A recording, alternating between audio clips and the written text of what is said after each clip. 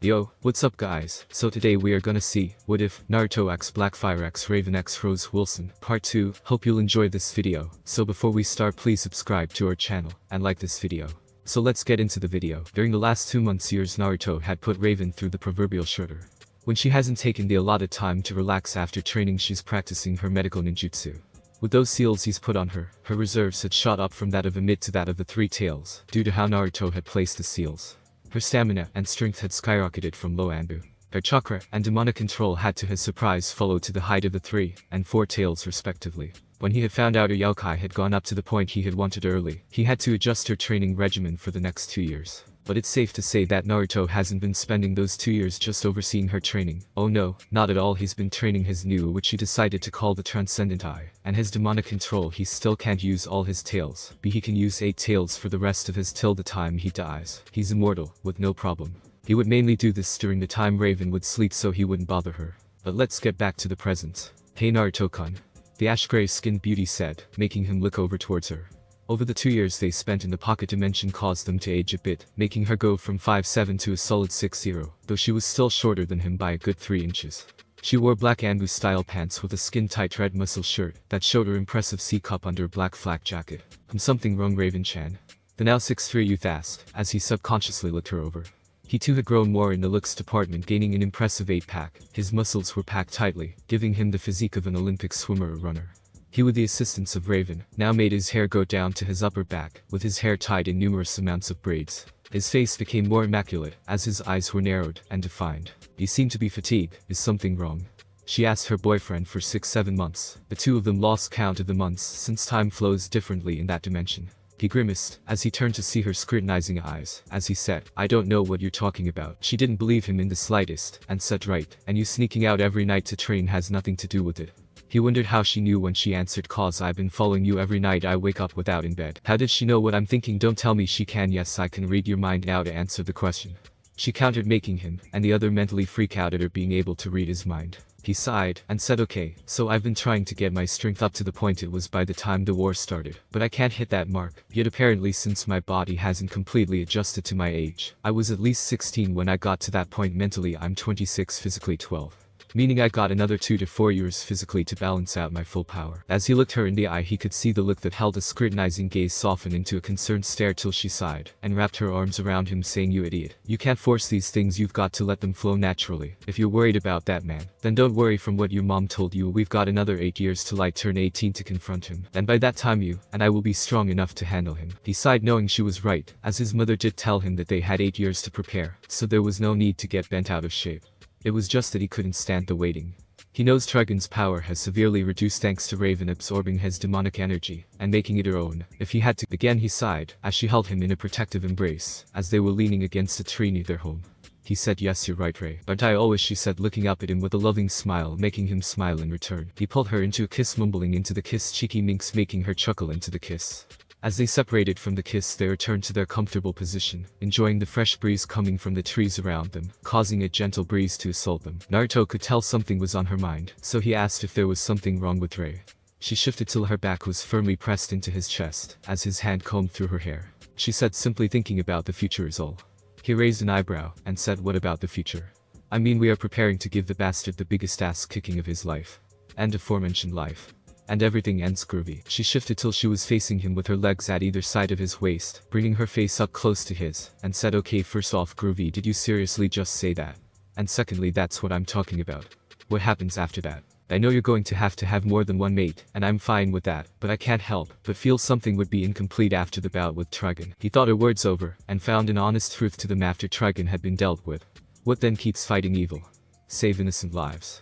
What about their future together, and with his possible other mates? What of them? He decided we could always raise a family, you know.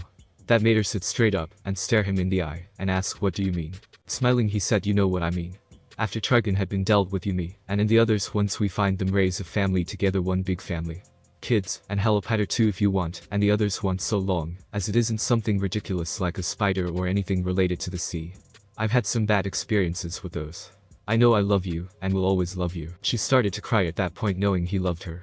wrapping her arms around him kiss again, as he forced from the tree they were resting in, and onto his back, as she laid on top of him kissing him. Once they separated she asked, so how far along am I in these last 2 years of training Naruto-kun? Instead of giving an answer he just pulled out another scroll which she promptly read. Rachel Raven Raw, Taijutsu. Mid-Anbu Anbu Captain, known styles Jayuken, Snake Fist, Goken, Genjutsu. Low Anbu Mid-Anbu, capable of performing all C rank without hand signs on verge of doing the same with the rank. Ninjutsu. Low Sannin, due to some inexplicable circumstance she has gained the ability to use the following affinities: wind, fire, lightning, and darkness, and is slowly on the verge of creating her own sub-elements. Knows several C A rank for each affinity. Kenjutsu. Low Sannin, capable of quickly disarming any weapon from the user. Known weapon preference: Twin Katana, Nadachi, Battle Fan. Medical Ninjutsu. On par with Tsunade in skill, has added the Chakra Scalpel, and Elemental Ninjutsu to the, and Snake Fist Jutsu. Fuinjutsu. Uzumaki expert, quickly on the rise of becoming a seal mistress. She has also taken some of my own seals, and expanded them beyond the level they were before. Stamina. On par with my own if not a little lower, aka she is a stamina freak and go months on pure adrenaline alone, as we've tested to an extent requires further tests to see true extent. Chakra reserves. On par with the 3 tails, quickly rising to the 4 tails. It is possible that by the time we face Trigun she will have reserves, as big, as mine are now due to my reserves consistently growing at a daily rate. Chakra control. Same, as reserves. Yaokai. 4 tails in terms of power, and has awakened her true demon form, but prefers to walk around with her original form before awakening. Her Yaokai might by the end of these next 2 years, could go beyond the 9 tails. Stay cautious with the mate mark, may cause unknown side effects. As Raven checked out the scroll she couldn't help but be impressed about her results. Though she couldn't help but raise a delicate eyebrow at that last remark. Be cautious with the mate mark, may cause unknown side effects. She shrugged it off, and decided to ask about it later when Naruto said, now that these last 2 years have come to an end, we can have a week to relax, so do as you wish, since today is my turn to cook. Got anything in mind? She smiled, as she nodded, saying stew with salad. He grinned, and said, acting like a genie, your wish is my command, my master. He bowed, as he made his way back to the house. Raven's POV. Thought did he have to say master? Me fighting off my heart alone for the last 2 years has been hard enough, even when he and I were just kissing. I'm hitting my breaking point here, damn it, and doing it myself after the first year hasn't helped me the same way. I sighed to myself watching him walk into the house. Just take him, damn it, do us all a favor, rage remarked, looking through my eyes which were glued to his swing tails. Well, not as subtle. If you resist much longer you're going to go into a primal fury. You've been starving it off for the last 2 years, get it over with by tonight, or he's going to wind up in a compromising position, Knowledge said. I know, damn it, every time I touch him I feel my control slip. I'm afraid I could lose control before the night even begins, I said to myself. Then stop being a pussy, and claim him as your first and fucking only, damn it.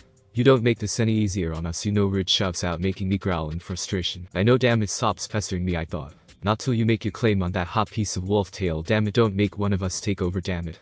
All of us pause, as the ever quiet and meek Timid actually yelled, and cuss, now I know I gotta get laid. No shit, Sherlock, what was your first clue? Rude. And Timid said in perfect unison, making Rage snort, saying, I like this new Timid, can we keep her? Sci-fine, damn it, I'll do it tonight, anything I should know. Finally giving in to the pressure the girls kept on pushing on me. Just let go of your restraints, and everything else will come naturally, alright.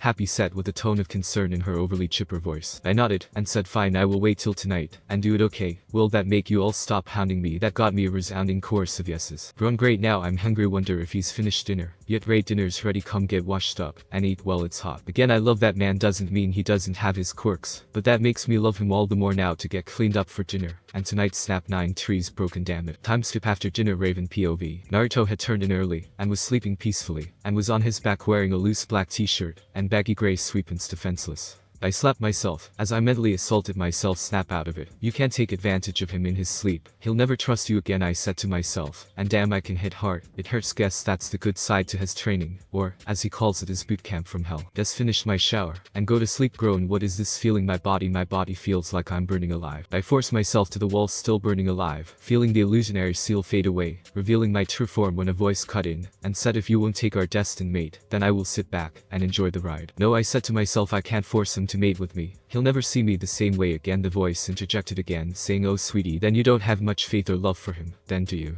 That numbed the pain I felt at the voice's words, making me shake in anger. Who the fuck you think you are, questioning my feelings for him? The voice replied in a smug tone, oh yeah, then why do you think he won't love you the same way ever again, or think he won't want to be around you anymore? Face it, you don't love him like you should. To you, he's just a means to stave off your heat. Tears pricked at my eyes, making me shake my head. No, that's not true. I do love him. I do. The voice continued, the only reason you keep Wolf Boy round is because he's the only one to treat you with such compassion, as he does when you find someone stronger than him. You'll drop him like last week's garbage. I shook my head even more, and shouted, that's not true, damn it, I do love him.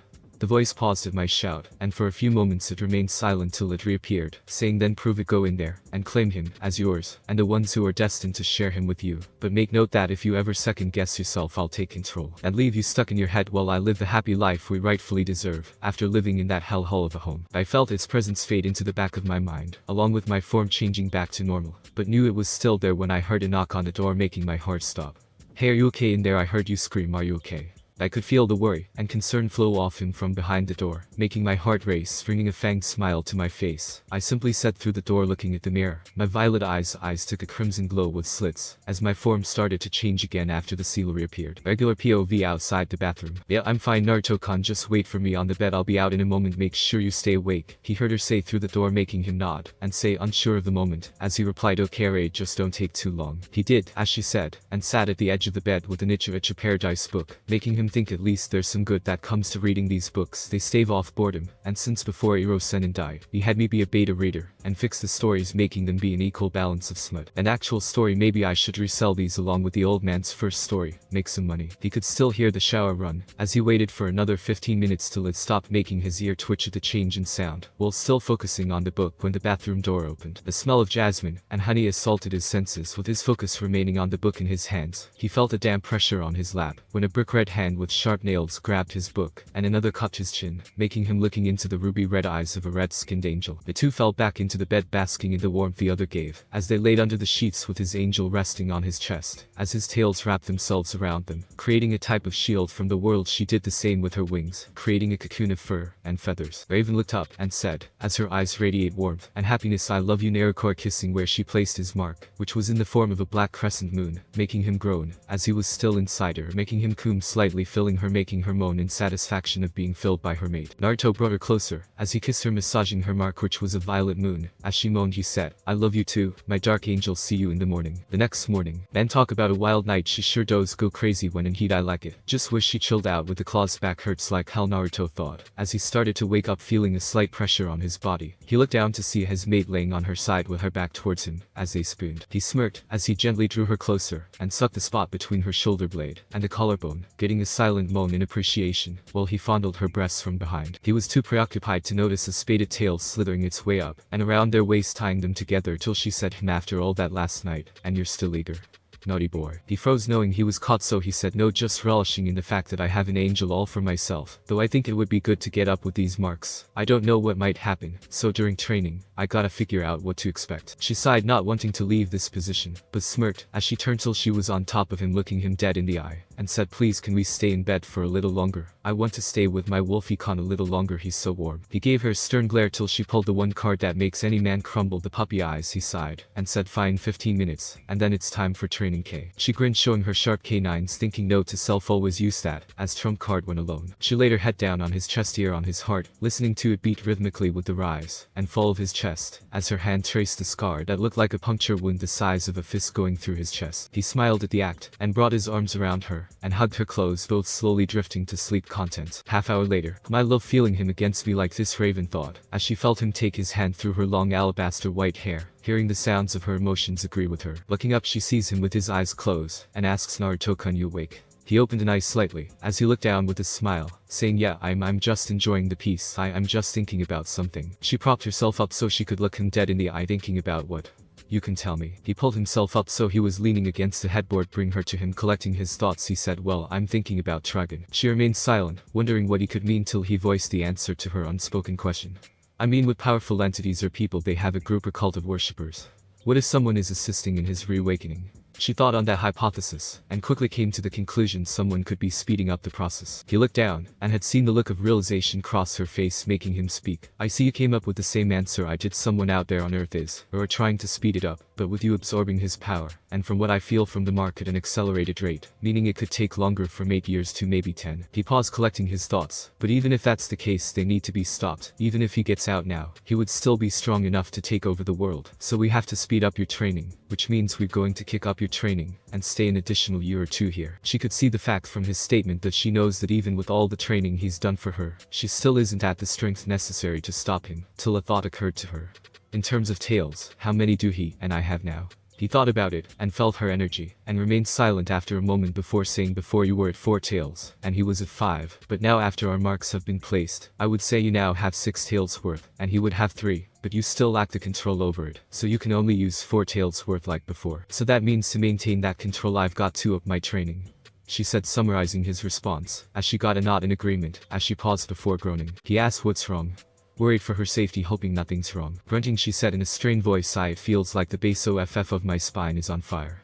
The instant she said that, 5 black wolf tails sprouted out alongside her one spaded tail, growing fur over it, turning into a wolf tail, as well, all having a purple tip to them, same for her head, when 2 black wolf ears with purple tips popped up on her head. Naruto saw these features, and had to say, wow Rei, you look stunning with your new features. To her credit, she had to blush at his declaration, but had to agree, seeing, as she always liked his tails and ears. Now she has a set of her own, but still preferred the soft velar feel of his. She was about to speak when she felt him gently bite one of her ears, and stroke the base of her tails, getting a satisfied moan from her, quivering ever so lightly, as she felt herself get hotter again, snapping her eyes open, as they glowed, and growled, as she got on top of him, saying, you had to flip my switch, didn't you, Naruto-kun? He sighed, and thought to himself, and the others, I feel she's going to become sadistic or antagonistic alongside her stoic indifference by the time this is over. They nodded in agreement, as they remained silent, with the only sounds filling the house were the sounds of love, lust, and desire, with their sense permeating the air in the room. Time skip mid-afternoon. Man read, your stamina grew to almost match mine.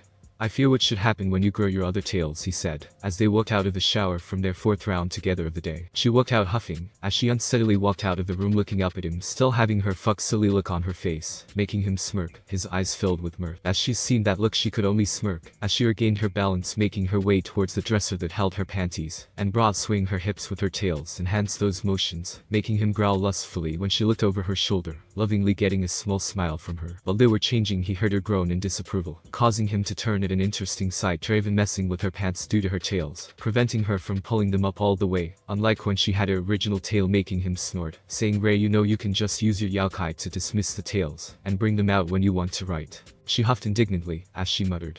I knew that, making him chuckle at her, as he patted her on the head, as he smiled at her pout. Once she made her tails vanish from view, the 2 occupants went downstairs, as Naruto cooked lunches, small salad, and fish with rice. Once they were finished, she said, so Naruto-kun, now that we're staying for another year or two, I just remembered we both have been together for about a year in the real world, haven't we? He paused mid-bite, thinking, and said, to be truthful, being in here threw off my sense of time by a large margin. In here it's been 2 years, but outside it's been 2 months. The month before we started dating, and that was at the beginning of the year, so we've been together since February or March. She tried to think on it, and just shrugged, knowing that it didn't matter, the 2 of them loved each other, and that's what mattered. Reaching for a seal she placed on the inside of her wrist, she summoned a book that read how to make sentient weapons and items. As he ate, he remembered Draven always reading that book whenever they're either eating or relaxing, so he decided to ask, Harry, why are you so interested in that book, planning on making something? She pulled the book from in front of her nose, reminding him of when Kakashi was interrupted from reading his porn, when she answered, I had a few ideas, and wanted to read, and tested them out, so I'm going over the finer points. Also, doesn't this place have a forge? He paused, and nodded, saying, yeah, it's in the basement. You just gotta be careful when it comes to making those types of weapons, it has to be precise. She nodded, and devoured her lunch, and started to make her way downstairs when she turned, and said, when are we gonna be starting the next couple of years of training? He paused, and thought it over. She's worked her ass off with my training regimen, and it's gonna take some time. She's earned a couple weeks off to relax. So long as she does some light training, we start our next training in 2 weeks, so that's half a year in here to relax. She nodded, giving him a chase kiss before returning downstairs, leaving him clueless of her reasons to use the forge. Raven POV. Let's see, it says to make sentient weapons, you must infuse a supernatural element into the item or items you're making. An example would be for the sharkskin sword Naruto showed me when he was putting the swords in the armory. From what he's told me on it, it was made the way it was because it was made from the skin of a demon shark, that when it grazed against its target it was able to absorb their energy, and in some cases, if it took too much their life energy. I thought to the others. Knowledge said, indeed, but from what you're trying to make several weapons for him, it will need your blood, and our energies to make them each separately. I nodded mentally, and saw the forge in front of me. It wasn't anything overly large, just big enough to do multiple projects, on which was what I was hoping for. Rage spoke up, but what weapons will each of us infuse our energies in? I mean, he uses so many weapons. weapons, and that necklace of his from his godmother who treated him like a little brother or son. Wish we could have met her, she sound like a baddest bitch to be around. Everyone nodded, remembering the tales he told us about the people he cared about. The ones who made the biggest impact on him were his mother sister figure Tsunade Senju, and Shizune, older brother figure Ruka, grandfather figures Tsurutobi Hiruzen, and Tuchi Ichiraku, and his daughter who was a sister to Himei Michiraku, and his few friends. Timid said sadly that was the first time he cried when he talked about them. All the others grew somber, remembering him crying so much. Pushing that aside, I sat by the forge, and continued reading. Got to think, what weapons does he use the most? He uses a katana, katana, Nadachi. He dabbles in the battle fan, and can use twin guns. I guess we can make them when we use our essences. We can infuse them accordingly, but who gets their energy placed in them? We spent the first half hour debating, and drawing up the designs for the weapons when I thought, what about clothing or an accessory? Once everyone agreed to the designs to them, I made several shadow clones, and had my emotions focus on them to possess them, letting us get to work knowing that he's gonna need something that won't get damaged. Upstairs, Naruto POV. Clang clang clang, man, whatever Rei's working on down there, she must be dead set on them. Wonder what she's making. You can only wait and see. My friend Knowledge said to me, making me agree, knowing that whatever she's making is worth the wait no matter how long it takes. Alright, time to get these next 6 years of training planned out over these next few weeks. My piece being set, I grabbed some scrolls and plan out her training for her regimen from hell. Time skip 2 weeks later. Over the last 2 weeks, the routine had been set for the past 2 weeks. Eat, light training, breakfast, work on training regimen, down in the forge followed by various clangs, and eat dinner, then sleep. Repeat the cycle. Naruto had finished her training regimen, and was waiting for her to wake up while he relaxed downstairs nursing a cup of coffee. Ah, good morning, Naruto-kun, Raven said, as she walked down the stairs in her standard PJs, loose oversized t-shirt, and her underwear this time in a velvet red color. Amused, he watches her fumble around the kitchen, the clanging sounds still reverberating through the air downstairs with muffled strings of profanity abound. He looks at her, as she sets her fresh cup of tea down on the table, nursing it much like he was when he said, I still can't understand how you can sleep through that. I mean, I've slept through explosion no problem, but that has to hurt your ears, since you're still adjusting. She shook her head, and said, I've gotten used to it. To be honest, looking over the scroll, she said, as a matter of fact, instead of a question, I take it that's my next few years training regimen. He nodded, rolling it to her, as she picked it up with her magic, making it levitate in a black ore. Rachel Ravenroth training regimen, Year 1 Year 2, Taijutsu. Increase gravity and resistance seals by several levels from 20 to 30, to increase strength from Anbu Captain to low Sannin, and teach her to add the chakra scalpel and Tsunade super strength to her styles. Kinjutsu. With use of seals, increase strength and reflexes to fully use the sword style she knows, heighten Mitsurugi Ryu, and add elemental manipulation to her, and make her go from low Anbu to low Sannin. Ninjutsu. Teach her to make new and advance the one she knows to a more powerful form, and make demonic techniques to use, making her go from high Anbu to medium Sannin. Chakra control and Yokai control. Get her control from the 4 and 5 tails respectively to 6 and 8 tails in both control. Genjutsu.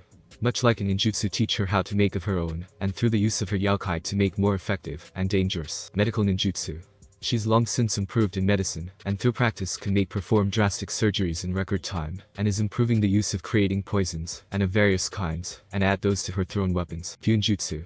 She has long since passed the Seal Master test that was made by my mother, father, and godfather, with a few improvements on my part, and is on the rise of creating better barrier than most Uzumaki. Year 3 Year 4. Spend last 2 years in the training ground before leaving to work on whatever she wishes, and the history on Earth to be up to date on the events that has happened there, and their advancements to be able to integrate herself into society. As Raven read the scroll, she had to smile in anticipation, and at the prospect of learning about Earth, and what has been going on since the last she knew of the happenings of Earth was from the limited.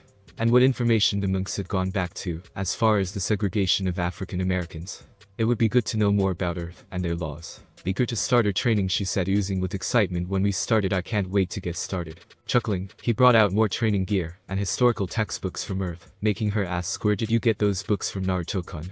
I had a few shadow clones go through a portal I made in the house to go get the supplies. Well, you were hell-bent in the forge, so I got the stuff we needed to learn from Earth, he said nonchalantly. She couldn't even express herself at the moment due to the fact his face had an innocent expression, and she didn't even know about the portal, but decided to just keep quiet knowing he was serious. Grabbing a couple dozen history books, and other books on technology, machines, and advancements in the world, and had her clones read them at their own pace. Turning towards her love, but began to pale seeing his sadistic grin, and asked quite fearfully, Naruto, what are we doing for training? Still grinning, he said, well, for training, your gravity and resistance seals are going to be increased again from 20 to 30, and for your weapons, we are adding gravity seals to those, as well. Raven paled further, thinking in despair, I'm gonna die.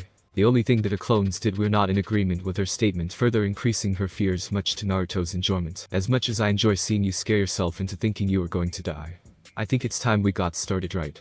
He said, amused with the current situation. She could only cry with her last thoughts. Before the 4 years of training commenced, he's trying to kill me before I fight my father. Seriously, Naruto-kun, did you have to? Oh, that feels so good to get so serious training. Raven said, getting a massage from Naruto, as she lounged on the couch in a pair of black sweatpants and a sports bra. In the chamber for those last 4 years, her physical body has grown to that of a beautiful woman at 16 years of age. Her hair grew longer to the middle of her back with that single white streak going through her hair. She grew more curvaceous in ways that made models jealous of her beauty. She stood at a solid 6'2". Her breast's size grew to a full and perky cc cup that strained against their confines. You wanted me to fight you with my full strength and hold nothing back. Not my fault you slipped up at the last second, remember?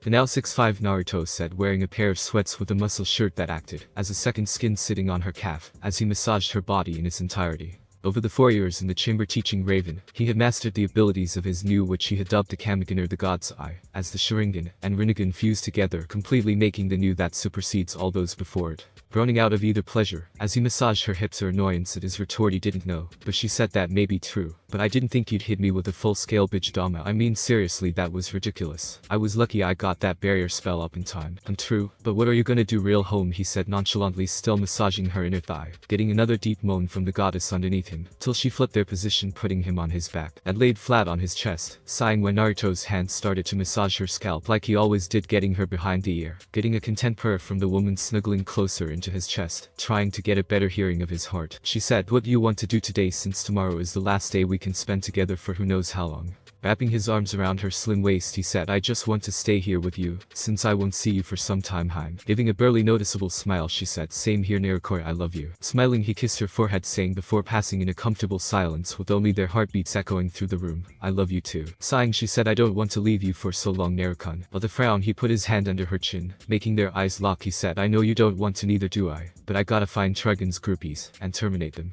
Not to mention we've got to get more allies on our side to make things easier on our side and prevent any casualties. Frowning, she knew he was right. The week before they got out of the chamber, his mother visited him in his mindscape, saying he was tasked to find the proper people who were most aligned with the spirits of his friends, turning them into the tailed beasts in that universe, since Raven was now the new Kyuubi. They had to get the other 8 to cover the demon realm, and when he would know, the soul would resonate with them, showing they were the perfect match. Agreeing to it, albeit reluctantly, they agreed that when he and Raven finished in the chamber, the two of them would leave for Earth to find the matches to the who they fuse with. The next morning, the two demons gone from the normal realm of time and space are seen returning from their home in the middle of the Azarathian forest, both in their 13-year-old forms. Imagine them looking like their Season 1 counterparts, except Naruto is wearing an Anbu uniform that's pitch black with gray lines running up the sides of the pants, and a crimson-red breastplate with a black and white wolf mask attached to his hip. Naruto-kun, she said beside him, bringing his attention to her. What's up? He asked curiously. I know where the portal is to get out of here. It's gonna take some time on ground, she said, pointing east, making him wonder how she knew of the location in the first place, but decided against it. Lead the way, a little lady, making a crack about her current height, much to her displeasure, knowing she hates being so short out of the two of them. Pouting, she sniffed indignantly, saying, I'm not that much shorter than you know, and come on. I don't want any of the monks who patrol the area to interfere, who knows what they might do. Nodding, he followed her, as they traveled through the trees while making a final remark. Granted, you may be a little shorter than I am, but you're still shorter. Refusing to speak, she decided to growl in displeasure, making him chuckle, knowing they had a long run ahead of them. 40 miles east, hour and a half later. Wow, this place looks horribly uncanny to the Valley of the End, Naruto said, looking over the landscape while being honest, seeing the aesthetic similarities between the two minus the two giant stone statues between the waterfall. Nodding after him, also teaching her the history of the elemental nations and of his battle at the Valley of the End. Agreed, seeing the likeness between the two were unreal, despite a few standpoints, 2 of which being floating rocks and mountains scattered across the sky, and speaking of isn't blue or gray, but instead is wine red in color, with not a cloud in the sky. Looking to his side, he said, so where is this portal again? It would have to be hidden pretty well for it to be way out here. Looking up towards him, as he dwarfed her by a few inches, she said, when we came back before the 4-month training started, I had a clone scout the area, and she came across it by accident falling in. Walking forward to the side of the waterfall with him close behind, he said, so let me get this straight, your clone just fell through a portal. By accident. Do you know where it ended up? Shaking her head, she said, no, the only thing it could find was that it was near some mountain similar to the one you talked about in your dimension. Thinking, he snapped his fingers and exclaimed, oh, that's Mount Rushmore. That's in South Dakota, remember? Realization crossed her face. She said, oh, right, now that I think back to the history books and photos from Earth, you showed me a picture back then. Grinning for a moment, growing solemn, he said, that's right. But you must know, Ray, that when you and I get through the portal, I'm gonna have to leave for some time. With a frown etched on her face, she nodded and said quietly, I know, that's why I want this walk to take as long as it possibly can. Nodding, he wrapped an arm around her waist as they walked at a sedated pace towards the portal. Wrapping an arm around her waist, he pulled her close as they continued to walk at a sedated pace towards the portal, just enjoying the company of the other, till they came face to face with the waterfall. This is where you said your clone found the portal, right? He said with uncertainty, as he felt an energy come from beyond it. Nodding, she said, yeah, this is the place. Why? Do you feel something? Without looking at her, he said while studying the waterfall, yeah, I'm feeling some strange energy coming from it. But this is different from the energy in the air here, or the natural energy. This is something entirely different, yet familiar. I can't explain it, but I'm probably being paranoid. She cast him a sideways glance, but shrugged it off, jotting it down as one of his random thoughts he gets every now and again. Putting her hand on the surface of the raging stream, it started to ripple as she withdrew her hand as quickly as she placed it and said, I guess this is the spot. Before he knew it, she hopped on his back, wrapping her legs around his waist and said, Ray, why are you on my back? Bringing herself closer to him, she said, for a number of reasons, one being that the portal could act randomly. For all we know, it could separate us to two different dimensions if we aren't together. Seeing her logic, he nodded and said, making his way for the portal. And the second reason. A small grin made its way on the empathy's face as she said, I always wanted you to give me a piggyback ride. He face faulted into the portal as they fell through the portal as it closed behind them, causing the two to black out. Other side of the portal, groaning, Naruto woke up on his stomach. He said, okay, that hurt. What happened? Feeling something shift on his back, he turned his head, coming to see Raven unconscious, holding onto him tightly. He used one of his tails to wake her, getting a low moan of annoyance from her. Ugh, it feels like I just woke up from a hangover, the full demon said, hearing a chuckle come from in front of her. Naruto. Nodding, she got off his back as they looked around, seeing that they were in some city of some kind, and by the looks of things it was somewhere they didn't want to be in the dark. As they stood atop the roof of some random building, he said, I thought your clone was sent to Mount Rushmore. Looking around, she said, I guess I was right, but from the way I see things, we're still on Earth, just somewhere else. His sight landed on a sign painted in black and silver that made it a bitch to read, now entering Gotham. Tapping her shoulder, he said while pointing to the sign, and said, I'm gonna go out on a limb and say that wherever we are is sure is in Kansas. If we can get a map, we can see where we are and go from there. She looked at the sign and nodded, still looking around, till her sights came to a hotel. She said, we can stay there for the night and go from there. As they make their way down the street towards the hotel, they hear several bangs, followed by a cry for help. They turned to the right and saw that the hotel they were heading towards. Sighing, he said, seems like someone's in trouble. We gotta help him. With a groan, she nods, flying through the air, coming to a stop on top of the building with him standing on the roof next to her. He said, Ray, what's going on in there? Closing her eyes, she channeled her chakra through the shadows. Raven's POV. Using the shadows, I looked through the dark and came to see a heist in progress. Several men and women were bound together with rope, as several men in masks were holding guns to their heads. Now are you gonna tell us where the safe is in this place? Or are we gonna have to put some bullets in these fine people's skulls? One of the robbers said, holding a gun to a civilian's head, as tears streamed down her face. The man, who was terrified, said, okay, I'll tell you, the safe is just down the hall in the basement. Please just don't hurt anyone. The thugs began to laugh while the leader took a handful of explosives and went to the door leading to the basement, saying to the others, if anyone decides to be a hero, kill them all. Back on the roof. So Ray, what did you find? Naruto said, as she opened her eyes. There are several thugs with guns. One went to the basement where the safe is located. And there are several groups of hostages, 20 men, 10 women, and several small children, she said with a hint of rage seeping into her voice. With good reason, she never did like it when innocent people were threatened. Thinking, Naruto said, I got a plan. I need you to use the shadows in the room to immobilize the thugs by any means, but keep the hostages safe. While you're doing that, I'll follow their leader and take him out, alright? She nodded and sunk into the shadows while he disappeared in a black flash. In the hotel, Naruto and Raven appeared upside down on the ceiling. He said telepathically to Raven, Ray, do you remember where the boss went? Nodding, she pointed to the door behind the concierge station, saying he went through that door behind the desk. If something happens, I'll keep you posted. He nodded and blended into the shadows creeping under the door, making her think, now to handle my part with Naruto. Now how hard could it be to find a Naruto thought, till he heard someone laugh about finding a safe, making him deadpan at the fact he revealed his position, thinking, wow, that was too easy. Making his way through the basement, came to see the boss placing explosives on the safe door, saying, hey you bastard, put down the explosives now. Turning, he said, oh, it's just some kid who decided to play hero. Leave now, kid, or you're gonna get hurt. Ignoring him, Naruto charged, knocking the remote out of his hand with a kick to the wrist. He said, sorry, but the only person getting hurt today is you. so I'm gonna give you a shot, give in now or leave going to the intensive care unit at the hospital. The thug grabbed his gun, firing several shots which to Naruto were moving at a snail's pace, which he weaved in and out of when he delivered a devastating kick to his chin, making his head snap up. Grabbing his firing arm, he broke the bones in that hand and gave a kick to the ribs, cracking several in the process, sending him to smash his back into the wall. Trying to get away, Naruto appeared in front of him and said night night, delivering a blow to the back of the head. Sighing, he said, binding his arms and legs with ninja wire. Wow, that couldn't even be considered a workout. Shame. Oh well, at least there were no casualties, I hope. He grabbed the thug by his shirt collar and dragged him back to the lobby. In the lobby, "Hey Raven, I see you took care of the goons, huh?" Naruto said, appearing from the door with the thug bound just like his accomplices. She nodded and said they didn't even know how to fire their guns. Shrugging, he turned to everyone and said, "Is everyone alright? Nobody is injured?" Confirming that everyone was safe, the concierge came up to the two demons and said, "Thank you so much for your help. If there is anything we can do, name it." Thinking, he said, "If Raven and I can get a room for the night and a map of where we are, that would be appreciative. She and I are new around here." He nodded, grabbing a map and their room key and said, "The room is on the house. Please enjoy your stay here at the Evening Lotus." They gave their thanks when Naruto said, before the elevator closed, "Make sure the cops get these thugs alright." Hotel room. The room was that of a 5-star room. Naruto grabbed the map as Raven went into the bathroom and said, "I'm going to take a shower, love." He nodded and began reading the map, thinking Gotham is in New Jersey. Mom said that the cultists of Trigun were seen in places like Japan and other heavily populated places. The best place to start looking would be the closest and go out, meaning the closest is the city a couple hundred miles out to the north. And from what Mom also said is that the Titans will converge somewhere in Jump City, which is out in San Francisco, which is another couple hundred miles to the west. The shower stopped running when she came out in it, just her panties, which were gray, nearly blending in with her skin tone. "So find out where we are?" she asked, making him stare at her for a moment till he snapped out of it when she cupped her breast, making him snap out of it, smirking. He said, "Yeah, we are apparently in New Jersey. If you're going to Jump City, then you're going to have to head west from here, which is in San Francisco." Nodding, she sat in his lap after slipping on an overnight shirt. She said, "So tomorrow that's where I'm heading, but where are you going?"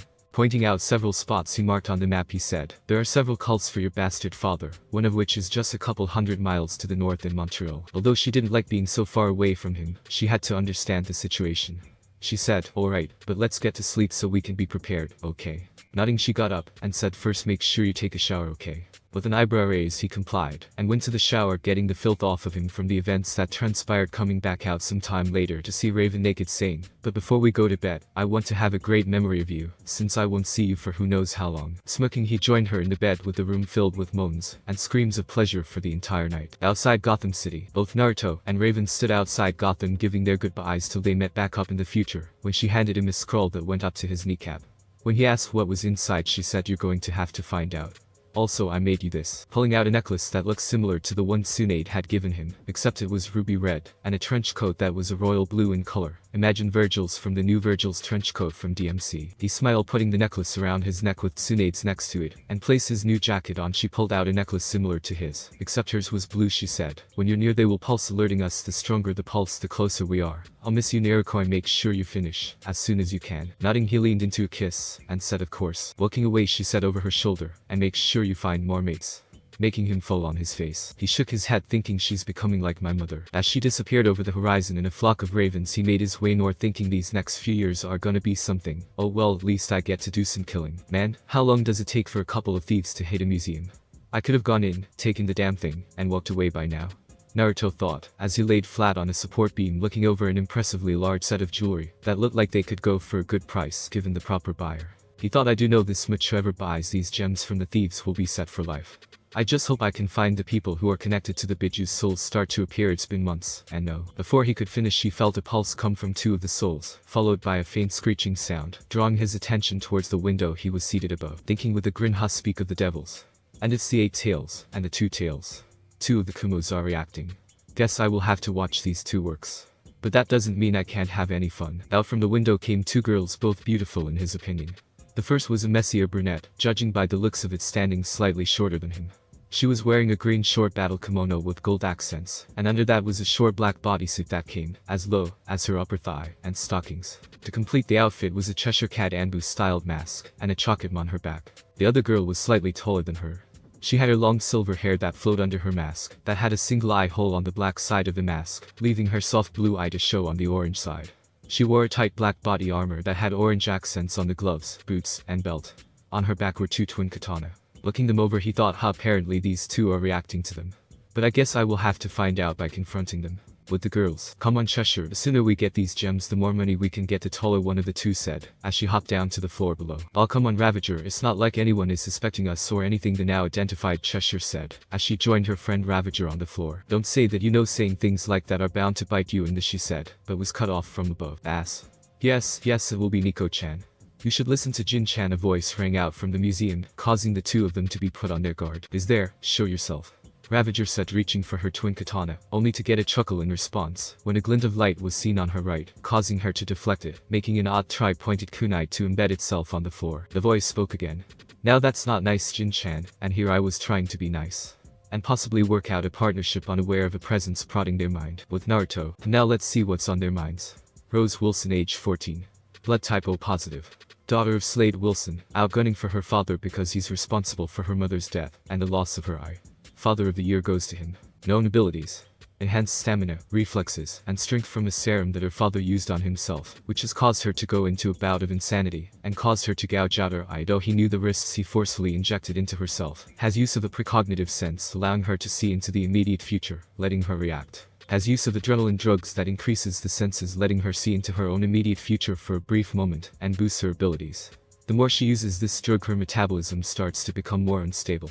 He thought, listing off her history and abilities, while slowly beginning to hate her father more. He learned, brushing his growing anger aside while letting the clone he created to play with them do his job. He probed the other girl's mind. Jaden Guy, age 14. Blood type B negative. Eldest daughter of Sportsmaster Paula Kroc, with her youngest sister Artemis Leanne Kroc. During one of her mother and father's missions, her mother became crippled and took the fall for Sportsmaster, spending 6 years in prison, leaving him to raise them, while in the same year she ran away from home due to her father's emotionally and physically abusive ways, leaving Artemis alone to deal with him at the age of 9. She is a highly trained assassin who worked for the League of Shadows till she quit, claiming they had nothing more to teach her. Her skills comprise of extensive knowledge of martial arts, agility, skills with ranged weapons mostly shuriken, minor knowledge of poisons, acceptable skills in tracking through various means, and stealth, and knowledge of several languages. He had to admit, besides their fucked up background, their skills showed they were adept in combat. Thinking he's gotten all he needed, he figured all that was left to do was a small test. Thankful for their willingness to join him, he disappeared in a black flash. Hello, what is this offer?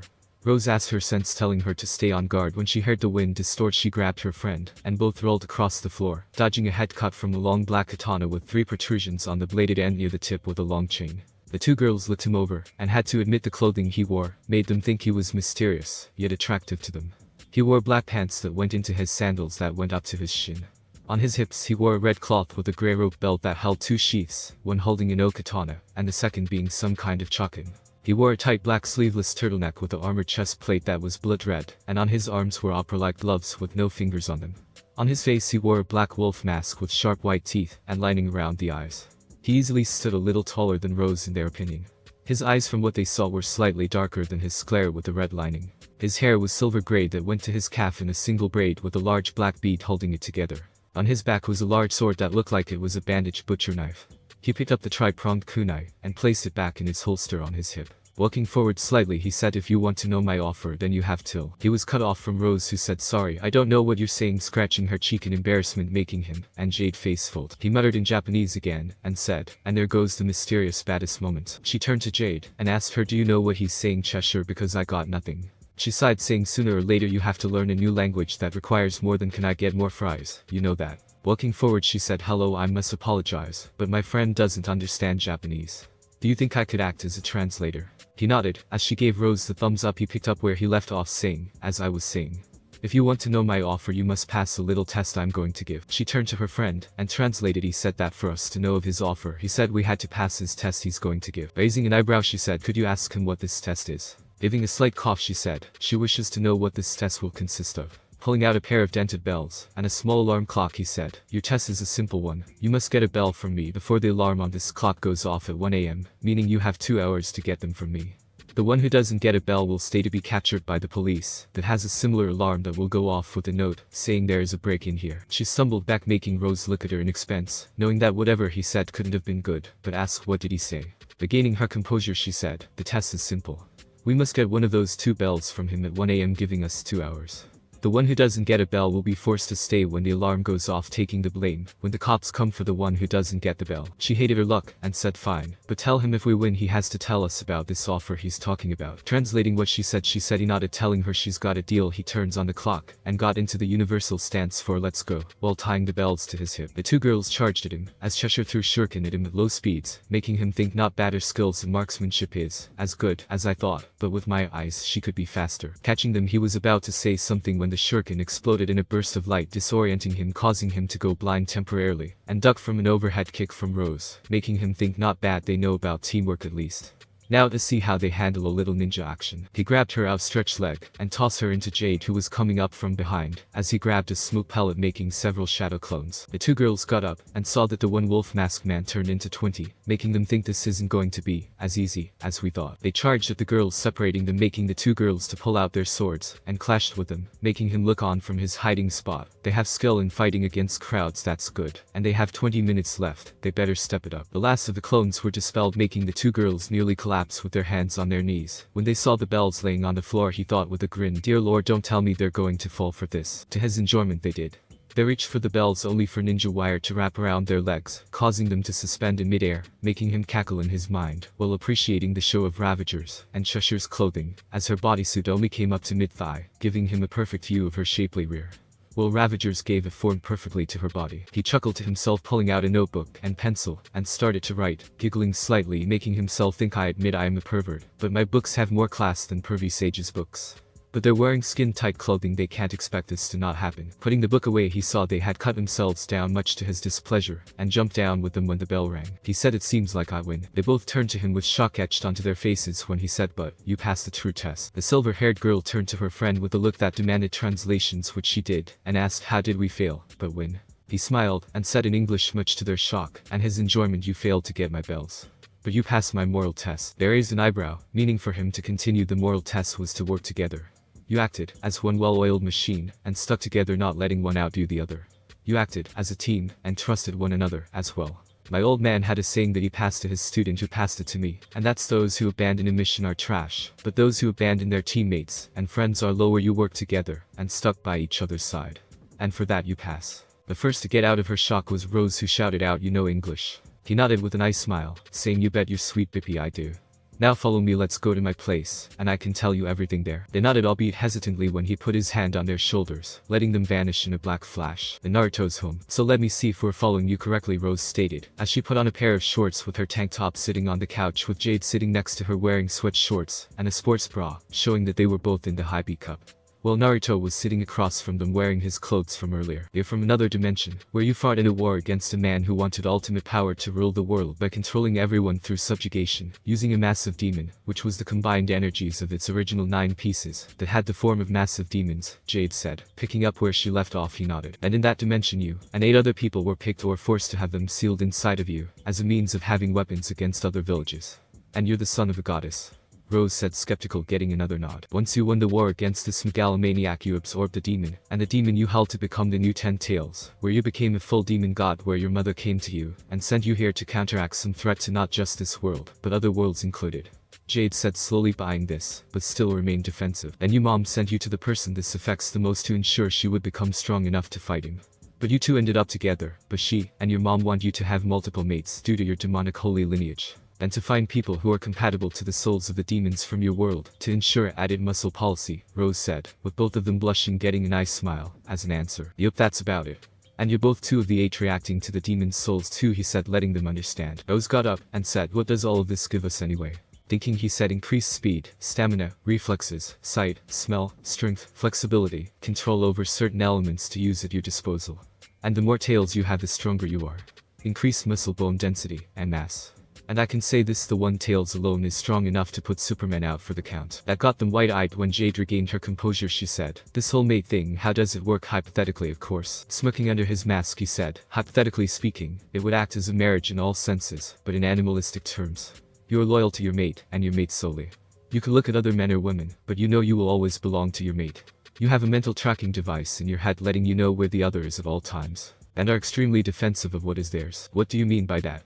Rose said. I mean, if a woman were to flirt with me, you would get aggressive since you both marked each other. It's basically defending your claim.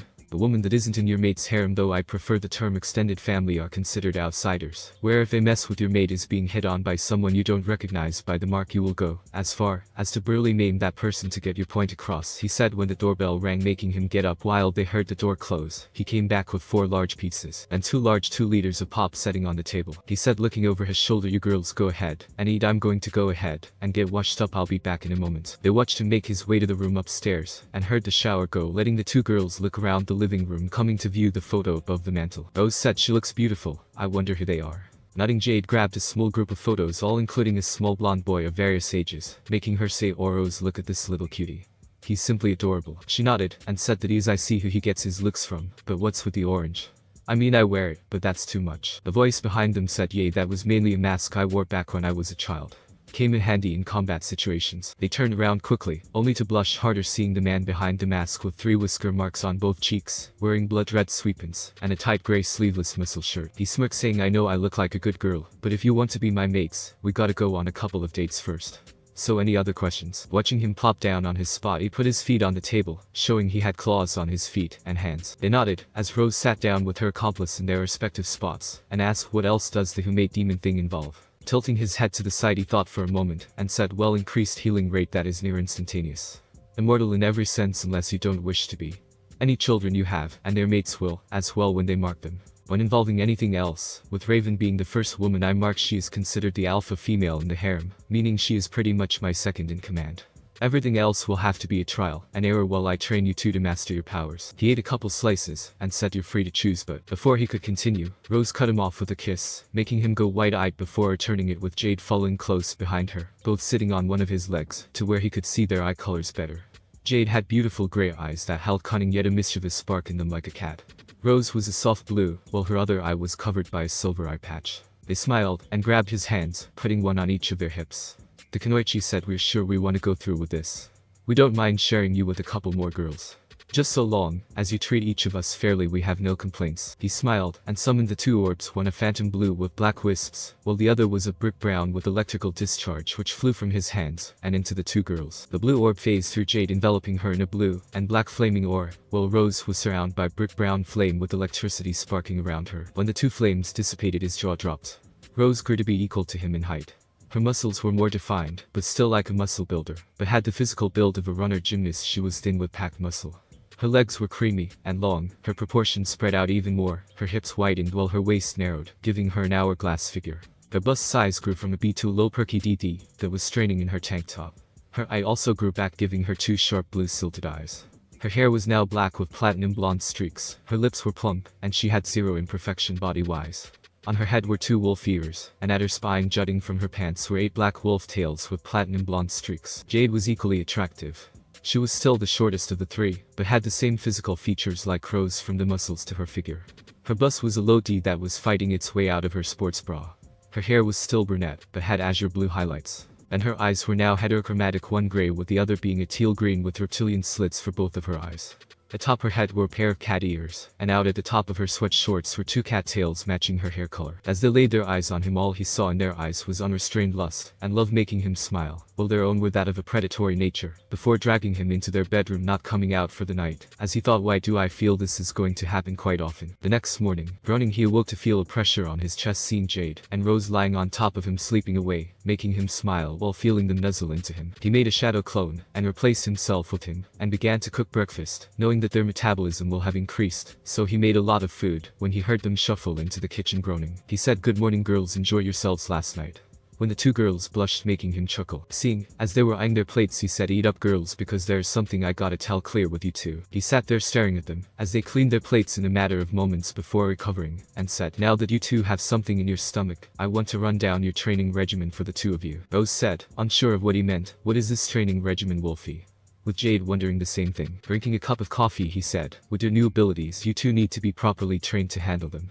So this is what we're going to be doing. First, I'm going to teach you both a special that can act out here while we train inside. Seeing their raised eyebrows, he pricked his thumb with his canine and dropped a few pints of blood on the floor. He formed a series of hand seals, creating several clones out of his blood. He said, these are blood clones, the base of what I'm going to teach you. Simply put, they live for as long as they aren't killed by a fatal blow.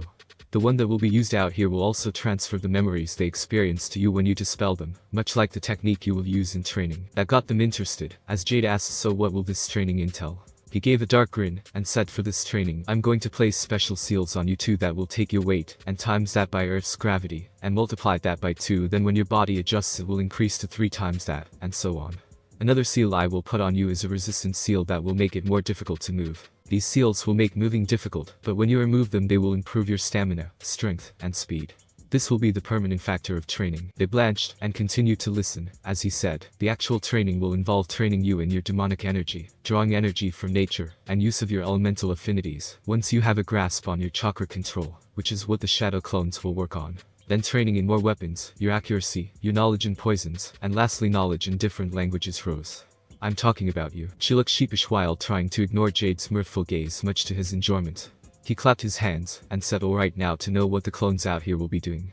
They are going to be doing what I was originally doing, hunting down Trigon cultists, and destroying their bases, preventing him from going stronger. They nodded, remembering the conversation from last night when he pricked their thumbs, and gave himself a few pints of blood, to make 4 successful clones with seals to return their knowledge to them, and made 4 clones of himself to lead them. He said, alright, you lot, you 12 will head to the locations I have written to hunt down the cult's bases, and eliminate them. When you do this you can dispel yourselves, but note if you find anything like money or things of value, place them in a scroll, and reverse summon it to here. Got it? They nodded, and took a piece of paper with locations of the bases, and a small training scroll, and left, running out the door. Once they left he chuckled, sending shivers down their spines, as he said, and now the real training begins. Grabbing them by their shoulders, and into the training ground in his home. Thanks for watching my video. Leave a like if you enjoyed my video, and also do consider subscribing to my channel for more awesome content. See you next time. Till then, sayonara.